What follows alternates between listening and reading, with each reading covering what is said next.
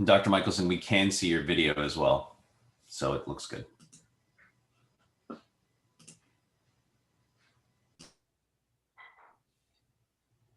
Okay, we are now live, and hopefully everyone can see the slides on the screen. David, do you want to go ahead and get us started? I do. Maybe we'll give just about a minute more. We've got a lot of people entering right now. Okay. I know in some recent webinars, we've asked people to tell us where they're joining from in the chat. It's been fun to see where everybody's Great idea. based right now.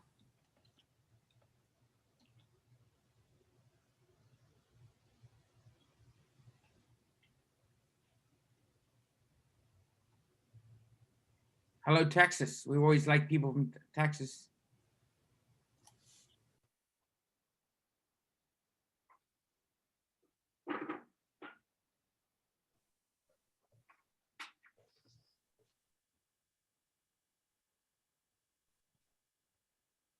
Great. All right, we probably can get started. Well, thank you so much for joining us today for the launch of Introduction to Intellectual Property. OpenStax is so excited to add this resource to our growing collection.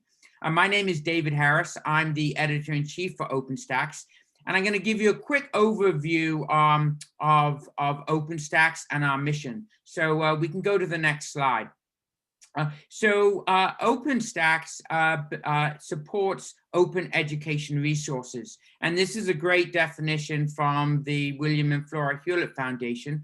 Basically, OER is material that is openly licensed. It's free for you to use and adapt and distribute without permission. You can think of it almost as a public good. And let's go to the next slide. So what is OpenStax? OpenStax is a nonprofit publisher. We're based at Rice University. We report to the Office of the President. It was founded by Dr. Richard Baranek, who's a Rice faculty member in the ECE department. And since 2012, we've published 44 titles. And these cross many domains and really primarily serve general education courses, including in business. Let's go to the next slide. And our mission is fairly straightforward. We want to increase access to high quality open education resources. We don't want financial reasons to be a barrier to education. We want to provide those students with financial relief from $200 and $300 textbooks. We want to increase academic freedom and flexibility for faculty so that they are no longer locked in. And we want to conduct university research to improve student learning. So let's go to the next slide. We apply open licensing to our materials, which I noticed someone says ironic that we're discussing IP today. We apply the CC BY license, which is the one at the top, and that's the most liberal license. That gives you the most ability to use the resources as you want. As you move down, the licenses get more restrictive. We allow the most liberal license to allow for frictionless remixing. One of the questions that we had prior to the webinar today is, can I use these materials today or portions of these materials? And the answer is absolutely yes, you can. That is our intention of it. And so what has been the impact in terms of affordability for students? Let's go to the next slide, of OER in the last 10 years.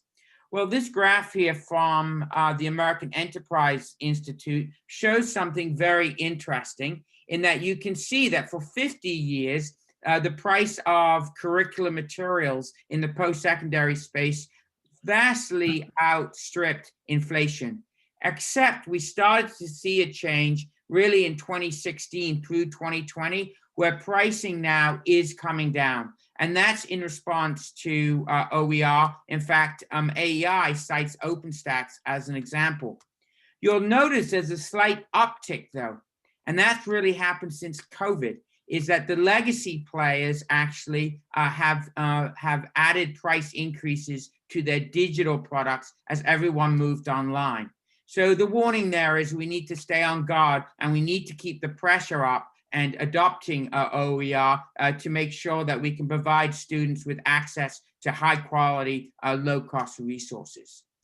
Okay, let's go to the next slide, which I'm so excited today because we've been working with Dr. Michelson and his foundation for the better part of 10 years. In fact, the truth is that OpenStax would not be here if it was not for the great generosity of Dr. Michelson back in 2012. The Michelson 20 Million Minds Foundation supported our first 5 titles that really enabled us to prove the model that you can deliver high quality resources that meet the scope and sequence of a course and then get them widely adopted. And so that's just been a wonderful contribution to us and really fueled our growth. And I would be remiss not to also point out Phil and Myra, who have also been great cheerleaders for what we've done. And so we really, really appreciate their help. It gives me great pleasure to introduce Dr. Gary Michelson. He's a board certified orthopedic spinal surgeon who has devoted his life to serving others. From Phil, he worked to put through college and later through medical school. He is among the most prolific inventors in the history of medicine and the sole named inventor of more than 950 patents. He has been inducted into the National Inventors Hall of Fame and the National Academy of Inventors. He is the founder and co-chair of the Michelson Medical Research Foundation, the Michelson Foundation for Animals, and the Michelson 20 Million Minds Foundation that supported OpenStax, and the Michelson Institute for Intellectual Property. And so we're so happy to have Dr. Michelson here today to introduce this project. So now I'm going to turn it over to Dr. Michelson for a few words. Thank you so much. David, first, thank you for all of those kind words. You've left me nothing to say.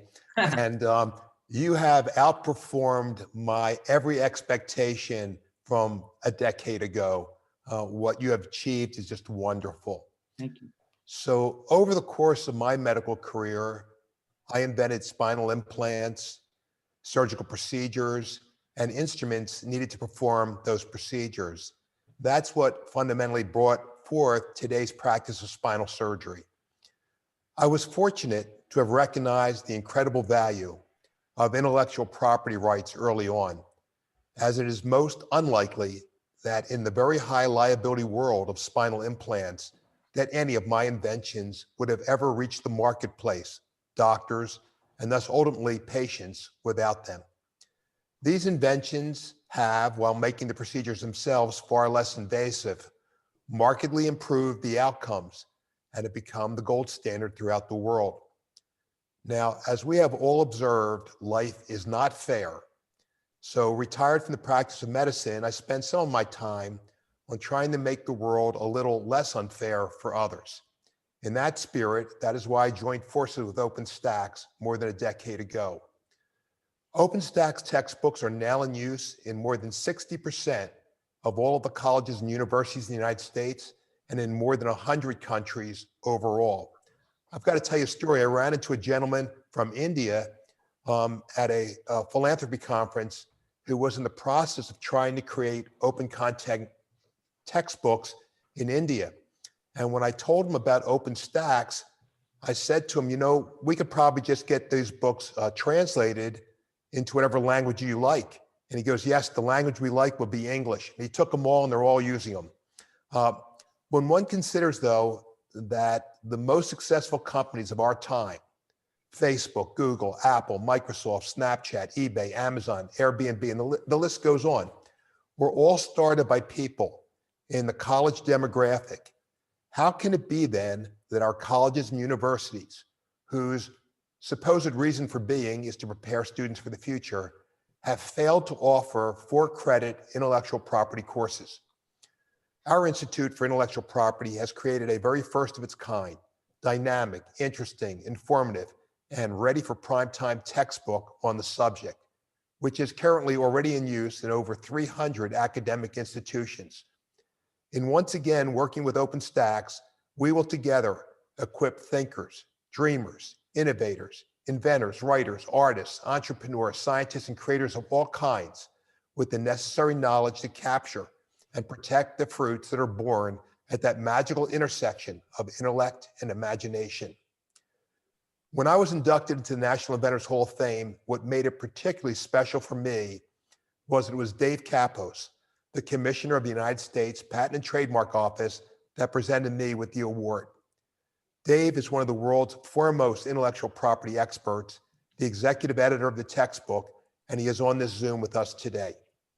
I would also like to recognize Judge Paul Michel, a past Chief Justice of the Federal Circuit, who was an editorial advisor on this book. And if you're taking bets, probably the most learned person on US patent law in the world today. I also would like to thank my old-time friend, Louis Foreman, my partner in crime. And one more thank you to all of the faculty members taking the time from their day to participate in this webinar. We hope you and your students find the textbook enlightening and useful. Thank you all. Thank you so much.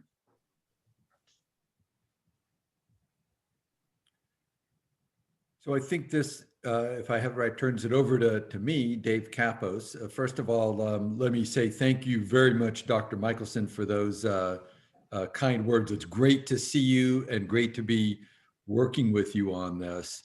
And thank you also, Dr. Michelson, for being such a champion of intellectual property and education on intellectual property. Our country, our world indeed owes you a lot.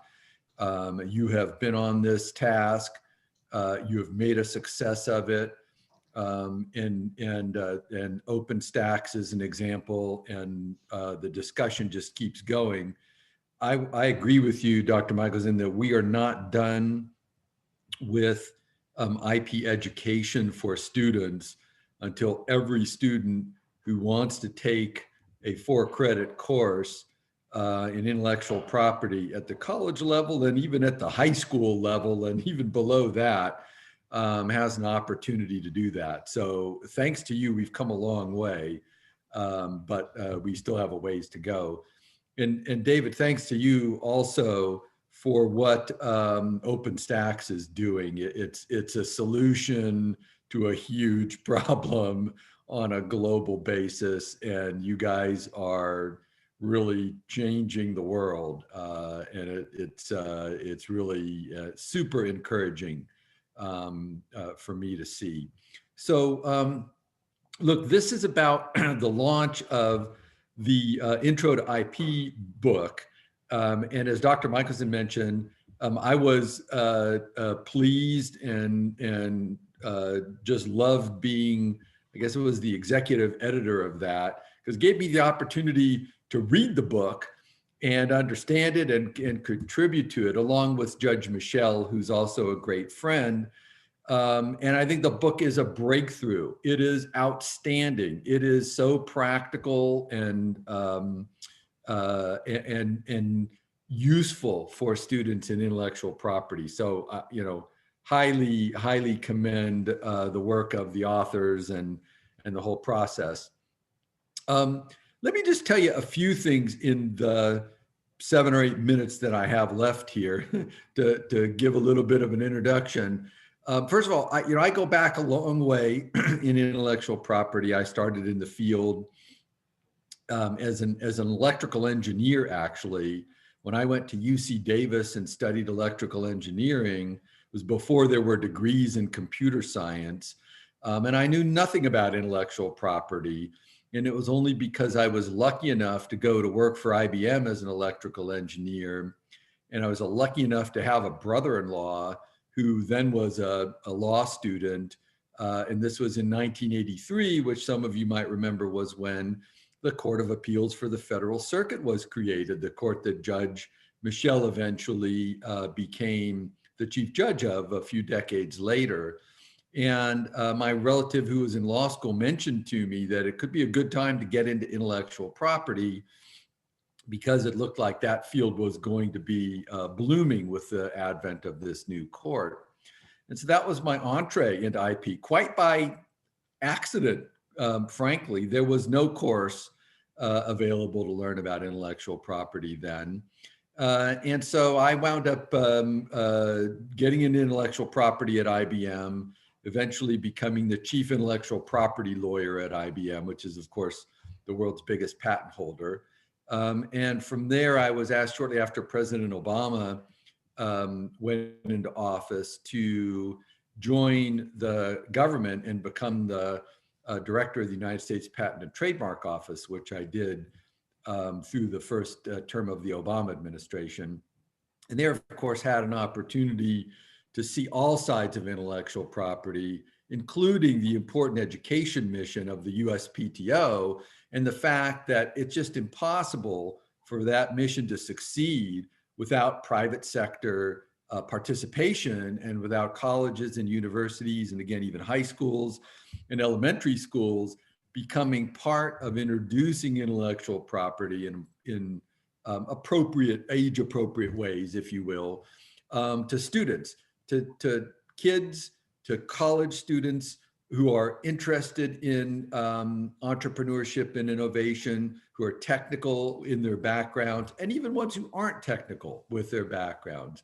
Anybody who wants to know, really should know about something about intellectual property should have that opportunity. I saw that firsthand at USPTO, and that was where I met Dr. Michelson, and we began collaborating on various things. And I came to appreciate his passion for making IP accessible, available, and an educational curriculum that many, many, many students can get access to. So, I finished at the USPTO at the beginning of the second Obama term and became a partner at the New York City law firm, Cravath, Swaine, and Moore. And I have a day job, obviously, doing work in that area. But I'm also super fortunate to be able to continue working with Dr. Michelson and with others, championing intellectual property education. As an example, Dr. Michelson and I sit together along with Judge Michelle on the board of directors of the Intellectual Property Owners Education Foundation, because we all feel super strongly about this. So let me just say one or two other things, from the viewpoint of national competitiveness, which is where I look at intellectual property a lot, and the lens that I like to view intellectual property through. It is super important for young people, students, to have a functioning, working understanding of the intellectual property system. What's the difference between a patent and a trademark and a copyright and a trade secret? If you've created a new idea, how do you think about whether to patent it, whether to keep it a trade secret, what to do with it? How do you think about whether it's even eligible for protection? How do you treat confidential information? If you're one of those college demographics that Dr. Michelson mentioned, that has got some new ideas, is creating the next new thing, if you will, Google, Facebook, all of those. How do you think about your confidential information, protecting it, sharing it with others when you need to? How do you think about data? Data is super important now, and access to and rights in data, protection of data, and of course the sharing of data ultimately is definitive of success for entrepreneurs and innovators. So people need to know about that. If you're a student or you're a teacher who's teaching students, a college professor or whatever, junior college, you name it, you need to have enough information and be able to convey that through courses like the Intro to IP course that we're talking about today, so that students can make the right decisions. One thing, and I'll end with this because I know my time is getting short. Dr. Michelson told a great story involving some international dimension, so I'll add my own story to it. When I was in the government at the USPTO, the CEO of a small growing company, so it could be anyone who's a student of any of the teachers or professors that would be interested in this course, came in and visited me at the USPTO. A little interesting for a non-lawyer CEO of a small growing company to come all the way to Alexandria, Virginia from, in this case, I think it was South Carolina. But he came in, and so I was happy to arrange an appointment. And we sat down, you know, in the director's conference room. And after introductions, he showed me a picture of this wonderful travel trailer, the kind of thing that you hitch to the back of an automobile, and then, you know, trailer it behind you, and you could put it behind a small vehicle. It was shown like behind a Volkswagen or something like that. And he said, "This is my invention. This is what my company makes. It's like the Swiss Army of small travel trailers." And he showed me in pictures how it's flat like a little pancake when you take it behind the car, and then when you get to the campsite, you know, it basically explodes. It blows up, and it's got a little kitchen in it, and it's got space to sleep and eat. And it really was really cool. And so I said, "Well, this looks great. And why are you here? How can I help you?" And he said, "Well, a couple of years ago, I received a call from a Chinese gentleman. And he was calling me from Shenzhen, China. And he asked if he has to order one of every product in my product line. And he did not ask for a discount. And of course, he agreed to pay for shipping. And so at the time I said, fine, I'm a growing company. This guy doesn't want a discount. Great. Build the products and ship them to Shenzhen, China. And he said that was the last I heard from this gentleman until a few years later. And then he shows me another picture of an exact copy of his travel trailer. The same picture. It was even positioned the same way in the picture, with the same color scheme, behind an automobile. And it's like shocking to see this level of copying.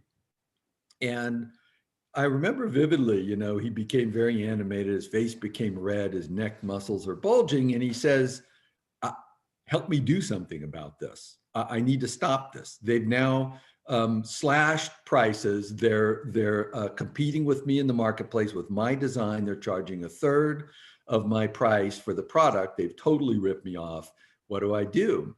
And so I asked him, you know, "So did you get any patents? Because if you got a patent, even a design patent, you need to know what those are, or a utility patent.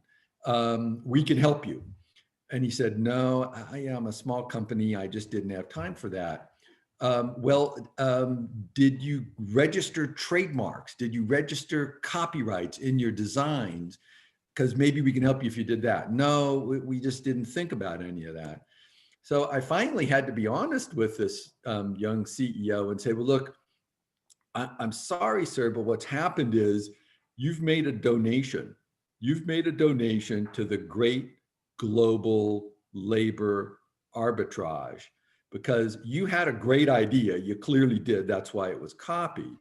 But like any other great idea, unless you protect it with intellectual property, if it's a great idea, you can be sure it will get copied, and it will become subject to manufacturing in the place where it can be made for the cheapest amount of money, and it will compete with you directly." That's the great global labor arbitrage.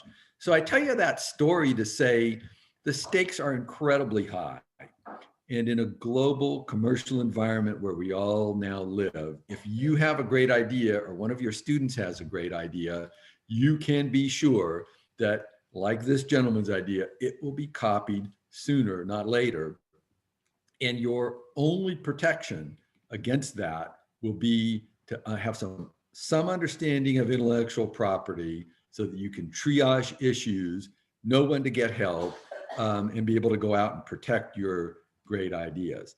It is super important. So with that, I'm going to stop and say thank you very much again, Dr. Michelson. And I think I turned it back over to you, David. Is that right? Yep, and we're going to now hear from Nathan and Sal about the course and materials that they've developed.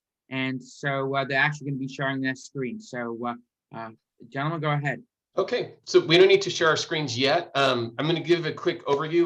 Welcome, everybody. My name is Sal Veas. I've been following the chat, and I see some colleges I recognize. So I guess we have both community colleges and four-year institutions. I chair a department at Santa Monica College, which is a community college in Southern California, just west of downtown Los Angeles. We're a large single college district, so approximately 30,000 students. And I'm a faculty member in business, but I also oversee accounting, administration of justice, and automotive technology. And the significance of that is believe it or not, IP applies to all of it, and we do incorporate small aspects of IP in those areas. So I represent, as it relates to this project, people who have incorporated portions of IP into existing courses that are not law-related courses. But I'm going to let Nathan introduce himself because he represents the other side. The other side, the dark side, the technical side. Hi, everyone. My name is Nathan Khalil. As Sal mentioned, I'm faculty at Santa Monica College. I teach a variety of law courses. Like David, I got my engineering degree at UCLA and went on to law school, and then went on to practice patent law at an IP firm in New York, and then at an international law firm, Jones Day, not far from David's office now, and then came back to my native LA, where I now teach at Santa Monica College. And so I've been really happy that we've been able to introduce intellectual property law education to our business students who are launching their own businesses, in some cases who have already launched their own business and who are looking to get IP education. So we'll jump into that a little bit later, but thanks to Dr. Michelson and the Michelson IP Institute, they have provided the materials that we've used to teach this course. And it's a huge hit with our students, and it makes teaching very easy, but we'll come back and have a look at that shortly. And this is kind of a reunion of sorts for many of us that have been involved in this project. Our involvement started in 2016. One other person that I want to name is Dana Nasser, is another full-time attorney in our department, who was the co-creator of the course material, not the course materials, the course outlines of record, and the integration of the assets of this IP product into those courses. With Nathan. But real quickly, how this relationship started. We're part of an organization, and I do see some community colleges on the list, so that maybe you are also, of NACCE, the National Association for Community College Entrepreneurship. And we first met Phil Kim, and you might see him on there, and Myra Lombera, who has been mentioned because she was really critical to this project, in 2016 at one of their national conferences. And at the time, I'm watching a wonderful presentation about this book and the associated course materials that have been developed. And needless to say, when we heard it was free, as faculty at a community college, all of us, jump up and we want to be part of this. We ended up joining forces with them in January 2017 to really take their assets and make it a turnkey solution for faculty that we could relate to, where we're wearing multiple hats and we barely have time to pull things together because we're trying to teach our courses and maintain our other responsibilities. So we created 3 courses that made use of this product, and Nathan's going to be demoing the main one. We created a full 3-unit introduction to intellectual property. We created a 1-unit treatment, and that was in response to other departments that said to us, we're in photography, our photographers would love this, but we can't incorporate a 3-unit topic in this. And then we created Law for the Entrepreneur, a standalone 3-unit course. The 2 3-unit courses, for those of you that schedule, we offer those 2 courses every single term, and they sell out. So there is huge demand for those.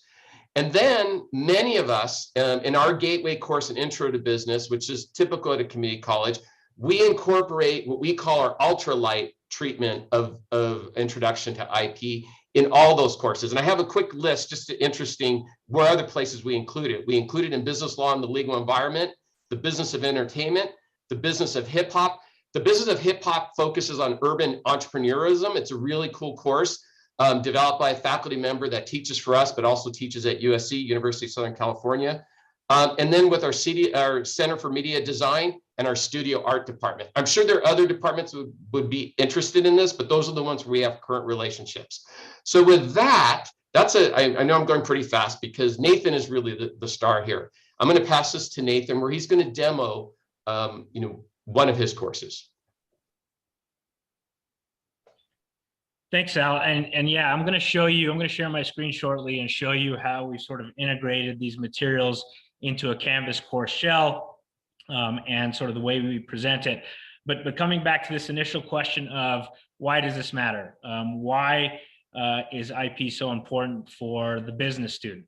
And really just to echo David's remarks, if I had a nickel for every time someone came to me, a friend, a potential client or whatever over the last, nearly 20 years who said exactly what David talked about with that invention, where they start to develop something, sometimes casually on the side, sometimes as a focal point of their business, only to find the thing show up from someone else just a few months later, a few years later.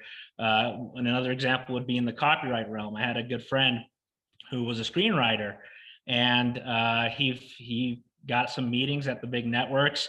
Everyone turned him down, and a year or two later he saw a trailer. He was at the movie theater with his girlfriend. He watched a trailer and saw his movie up there with just different character names. That turned into a 4-year legal battle that wound up with a settlement. Really a lot of this is about, we know how hard it is for businesses, new businesses especially, to succeed. The last thing we want is for someone to do everything right, just to have someone take the essence of what they've come up with. So what we're talking about largely is equipping our business students and our entrepreneurs with the tools to protect their hard work. But there's also a flip side of that coin. And one of the stories I like to tell is a good friend of mine. Again, very sophisticated individual. She got her degree in business administration. She'd been in the professional world for about 10 years, was succeeding, decided to hang out a shingle. So she, thought a lot about how she was going to approach the business world. She came up with a logo. She came up with a company name. And she's pretty savvy. She knew that she needed to check to make sure that this company name didn't exist elsewhere. She was aware of this idea of trademark infringement. And so she searched the USPTO website and searched existing trademarks, spent a lot of time scouring the website, and found that no other company used that name. And so she brandished her materials, her letterhead, her website, her cards, etc., and started to do really well. And she started to develop some goodwill in the marketplace, etc. And then 6 months later, she calls me, and I didn't have this conversation with her before. She calls me and says, "Nathan, here's what happened," and everything I just told you. But I just got this letter in the mail, and it's a cease and desist letter. It's another company with a similar name, and they're telling me I got to stop using my name or they're going to sue me. What's going on? I searched the USPTO website. And so what I told her, and what the reality is yes, to get a trademark, you want to be registered with the US Patent and Trademark Office. That having been said, trademark law gives people trademark protection, sometimes even without that registration, just by virtue of having had their name out there in the marketplace and becoming well known. So all that to say, the other side of the coin is we also don't want our students to unwittingly infringe on other people's IP rights.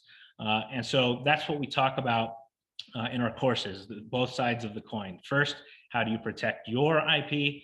And then secondly, how do you minimize the risk of infringing the IP of others? All right, so let me share my screen here.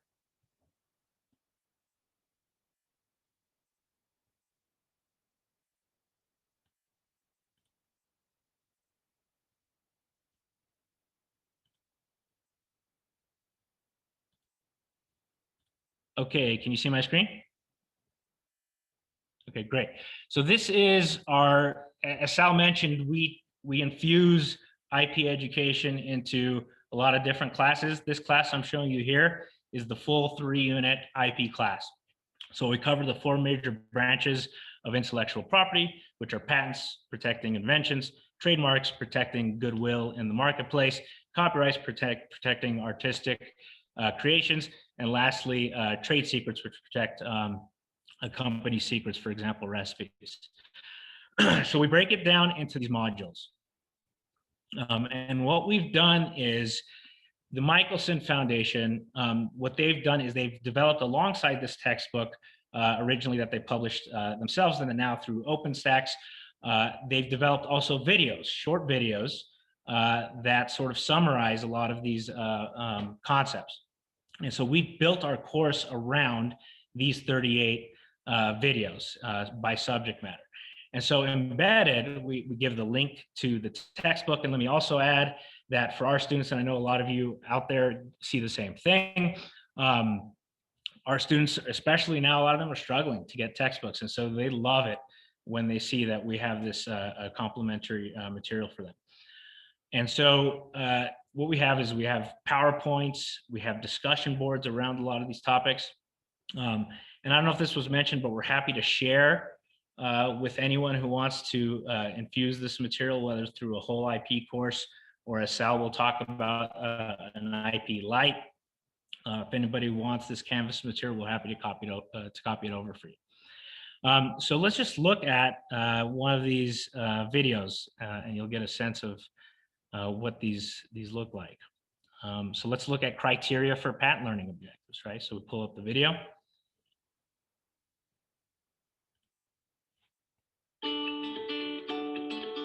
Can you see and hear it?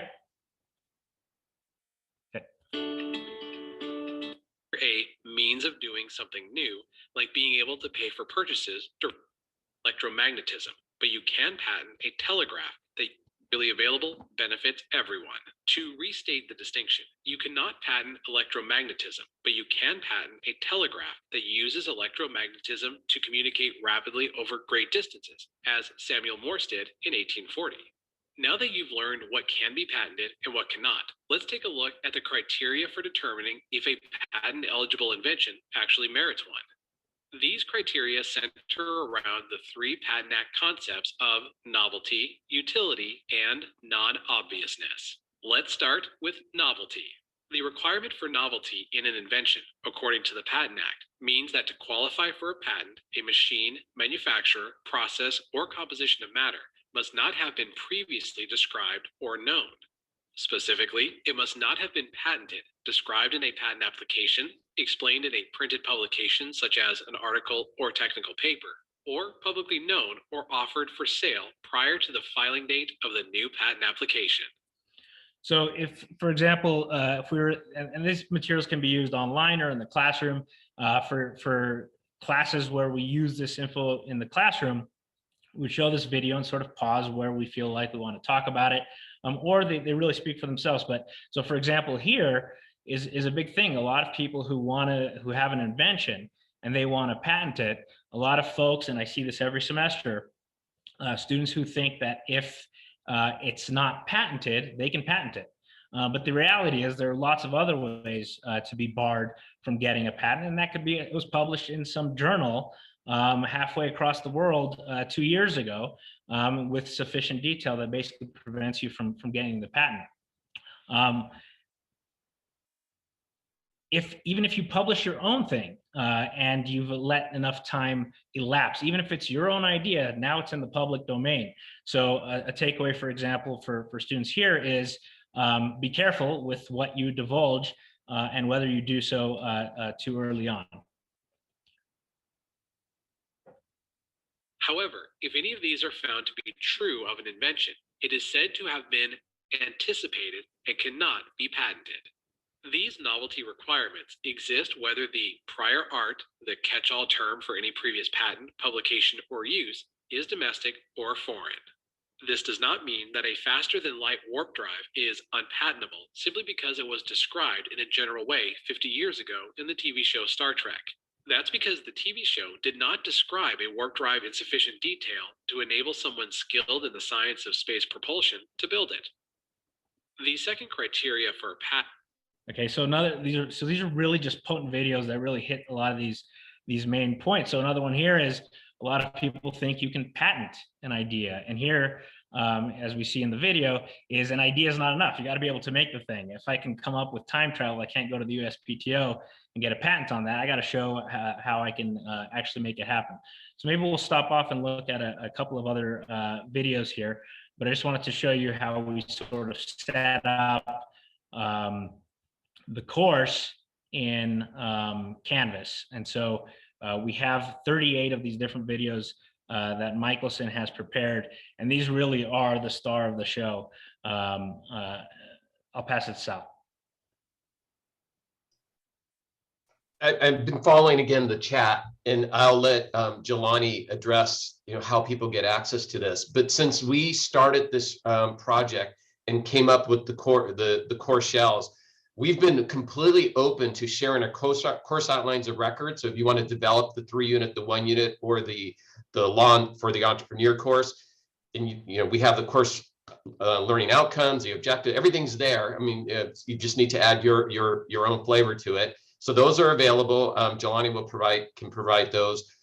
But we've also provided the export files for Canvas. And when we've done these presentations in other settings, faculty have come up to us and say, really, you're going to give us all of this?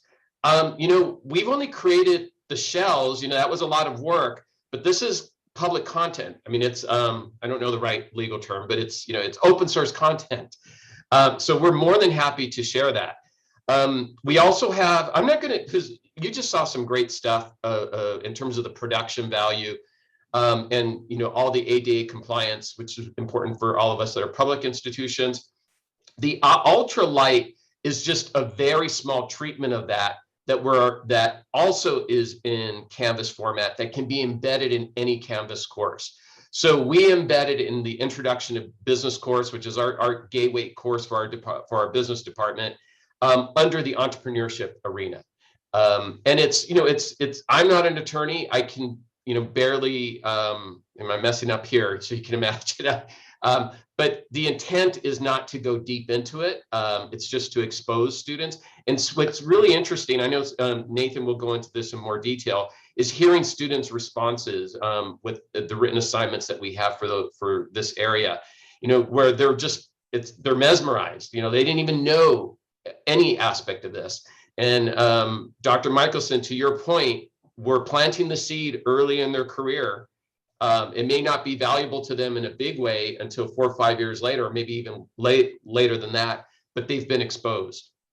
Many of our students, after they take our course, the intro course, they will take business law in the legal environment, which Nathan also teaches, and another faculty, which goes a little bit deeper into IP. And then eventually we have the 2 courses.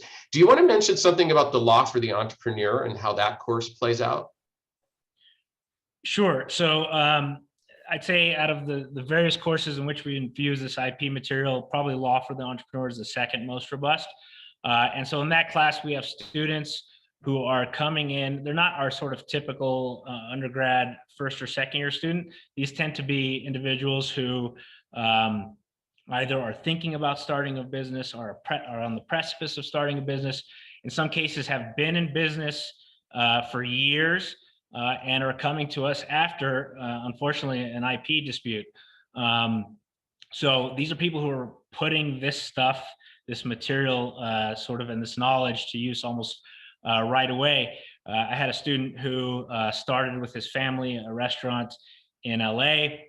It became really trendy and popular. They opened a second location. He found himself mired in a trademark litigation. And so he came to the course to get a little bit more education. Of course, he had an attorney, but he wanted to understand a little bit more what's going on, both for purposes of addressing what was right in front of him, and then also doing the prudent thing and trying to avoid getting into a situation like this in the future. Not that he did anything wrong, but just to be careful. I mean, the reality is we want our business students to focus on what it is they want to do, which is drive their business forward, not talk to lawyers.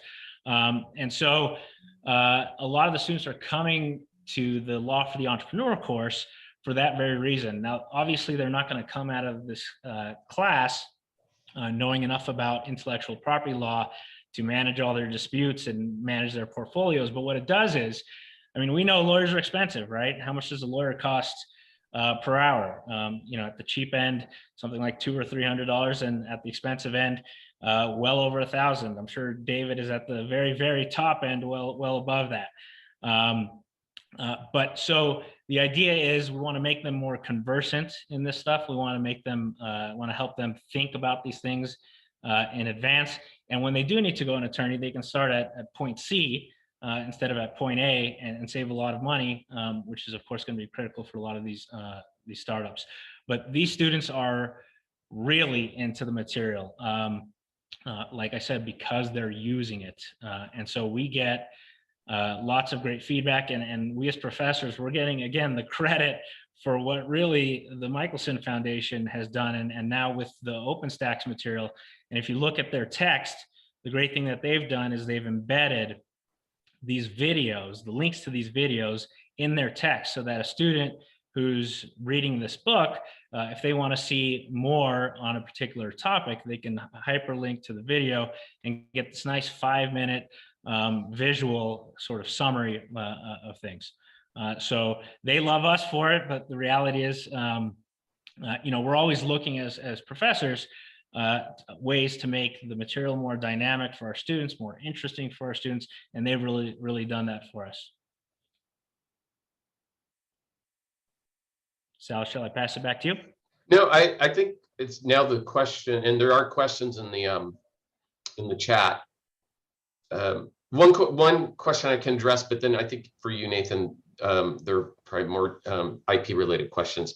You know, the question was, you know, what was the impetus for us to embed some IP into some of our other courses? In the case of Introduction to Business and Business Law in the Legal Environment, both of those already have IP as part of the course outline of record content. It's a small part, but it already had some exposure. And many of us that teach those, Intro to Business, many of us that teach it don't have law backgrounds, although we do have some that do. So this was an easy way for us to incorporate it, because the course assets were so well developed. I didn't need to be, and other colleagues didn't need to be the sage on the stage, whether virtually or in person, you know, stumbling. In the other areas, that was part of, I mean, we just recently kicked off the business of hip hop. And it was so interesting when I saw the initial course outline of record go through our curriculum process, because IP, I mean, this was even before they realized we had this connection with this product, was already part of it. So it was a really easy turnkey for us to make use of the OpenStax and then these other assets directly in that course. And then the others, and Jelani, you probably can step in here, you know, in the various areas and conferences that we've participated in, we often have people from other disciplines that are attending that will come up to us. I mean, one that I always remember is a photography faculty member who said, you know, we need an aspect of IP for our students. So anyway, that's all I have to say about that question. Great. It looks like we've got a question from Paula Cancro. Oh, no, I'm sorry. It's from David Callow. Is there a module on better IP for VCs, e.g. better diligence, helping portfolio companies that flounder? Generally not. It doesn't get that granular with some of the practical stuff. What we do is we do provide sort of, well, when students have specific questions, I can sort of field them. For the sort of non-law professor, it's a little bit tougher to do, but what we do have is links to various websites that are helpful. For example, and again, we can share those out. But for example, the USPTO itself has some great do-it-yourself trademark advice, how to search their engine, how to yourself file for a trademark registration. And so, and one of the things we cover in the course is when it comes to copyrights and trademarks, you always want a lawyer, but those you can do a lot yourself in terms of building your portfolio, building collateral that you can borrow against. For patents, of course, that's a lot tougher. but we're happy to share those links as well that may be helpful. Another question we have here is the course available in Canvas Commons?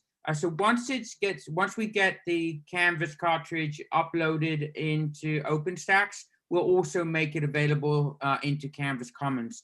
We have all of OpenStax resources are available in cartridges in Canvas Commons.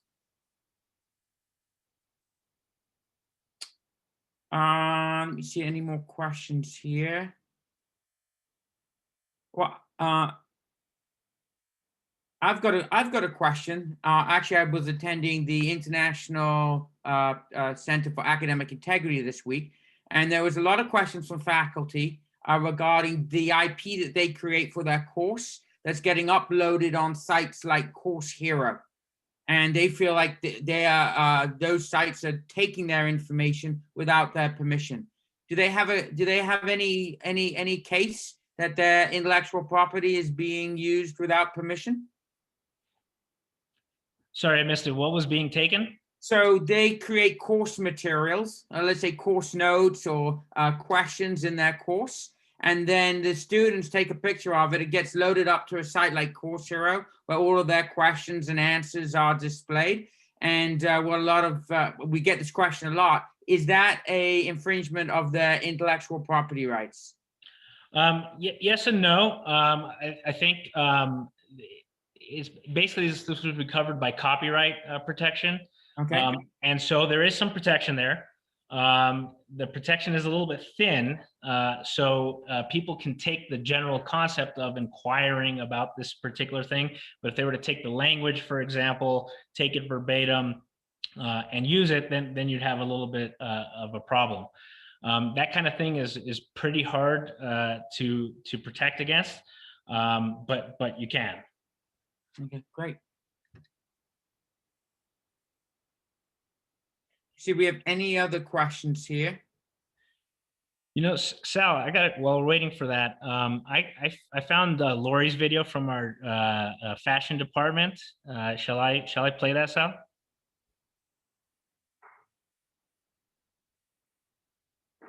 A part of it, because we're almost out of time. Oh, are we? Okay. I just thought of it when you were talking about photography. Do we have time for a 1-minute video, David? Absolutely. We got about 3 minutes left. Okay. Let me see if I can do this here.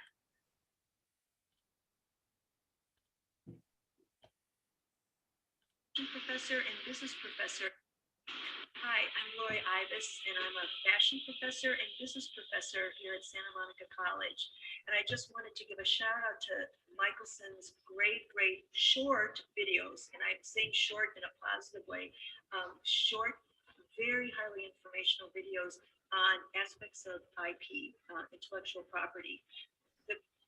What my area of expertise and teaching is dealing with creative minds as well as business minds, and having each different mindset work together. Fashion people sometimes do not think about the business aspects, and business professionals don't understand some of the requirements or the questions that fashion people have. So the best way to just put everybody on equal ground and equal footing is education, obviously. So for fashion people, the creative minds, they don't have the core knowledge of the basics of law. Okay, they don't. They've been studying design, color theory, but the best way to get them up to par in 6 minutes with very few numbers of videos, that I feel that they'll have the background knowledge to understand what is a trademark, what does copywriting mean, what does it mean when a designer claims someone stole their idea. So the easiest way I found, I'm so lucky to have Professor Khalil come in, who's an actual lawyer. So that was one of our professors from our fashion department, and she doesn't know anything about the law, but she uses these videos to sort of plant the seed in the minds of a lot of her fashion students who by the way, email me all the time. I just got one last week. So going back to what Sal was talking about, even if you don't know a single thing about this stuff, you can show a few videos and plant some good seeds. That's great. And I think that is a great way to wrap up. I'd like to thank Sal, Nathan, and David for giving us such a great insight into the tremendous resource that they've created. And of course, huge thanks to Dr. Michelson for supporting this effort to get this very, very important content out to students. So with that, I think we'll complete the webinar. And thank you everyone for attending, and thank you for your terrific questions. It was a great, great session. Have a wonderful day.